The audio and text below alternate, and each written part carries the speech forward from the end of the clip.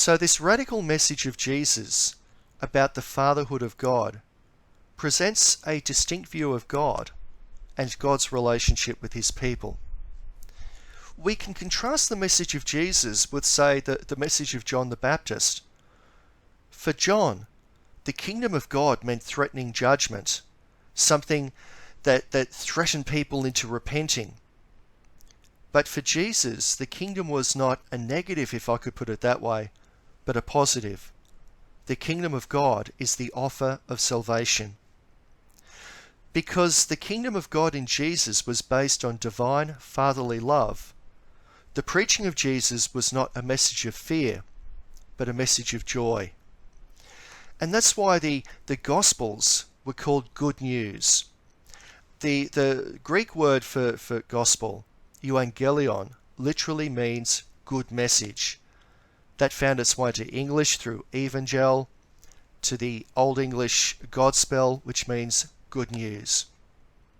In other words, if the kingdom of God is a kingdom based on love, then it's not a negative, bad news message that says you have to get in here or else. It's good news, saying that this kingdom of salvation is a kingdom of love. It's because of the nature of that kingdom, based on fatherly love, that the kingdom could be preached to those that the establishment of the time could not reach. Jesus preached the kingdom of God to the humble, the simple, the sinners, those who were regarded as godless. And it's clear that these were the people who embraced the message of Jesus, the ones who embraced the message of salvation of Jesus. This message of salvation basically means participating in the kingdom of God. For Jesus, the kingdom of God meant living life to the very fullest. So for Jesus, salvation was not a nebulous promise of some sort of spiritual process that would fix us up in the end. It wasn't just the offer of consolation in another world.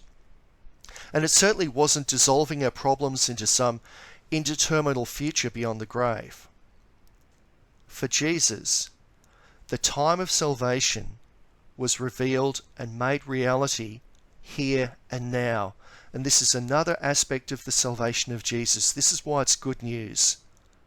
That living in this kingdom is not something for the next life, but for this life. That it's something that makes a positive difference to our lives now. And that was the intention of the deeds of power and miraculous healings of Jesus. They were meant to give a taste of the fact that the kingdom of God reaches into the present to save and to heal.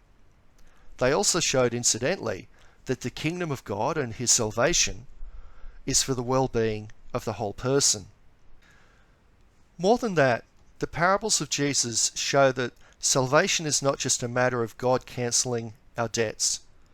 Rather, the saving message of the kingdom shows that a person lives under the boundless, unmerited mercy of loving God.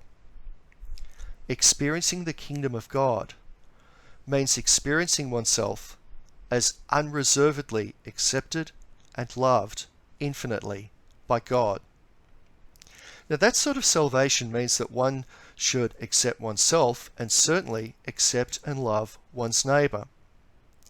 This salvation is joy under the justice of God, which expresses itself in living in joy and justice with our neighbour. This then is the message of Jesus. He proclaims the coming kingdom of God as a rule, a time, an age of love. It's a kingdom in which God values each person with total acceptance, and which requires us to accept not just ourselves, but others in like manner. This is the new start, the miracle of the coming kingdom of God, which has as its new start the love of God. That love is the presence of God's salvation.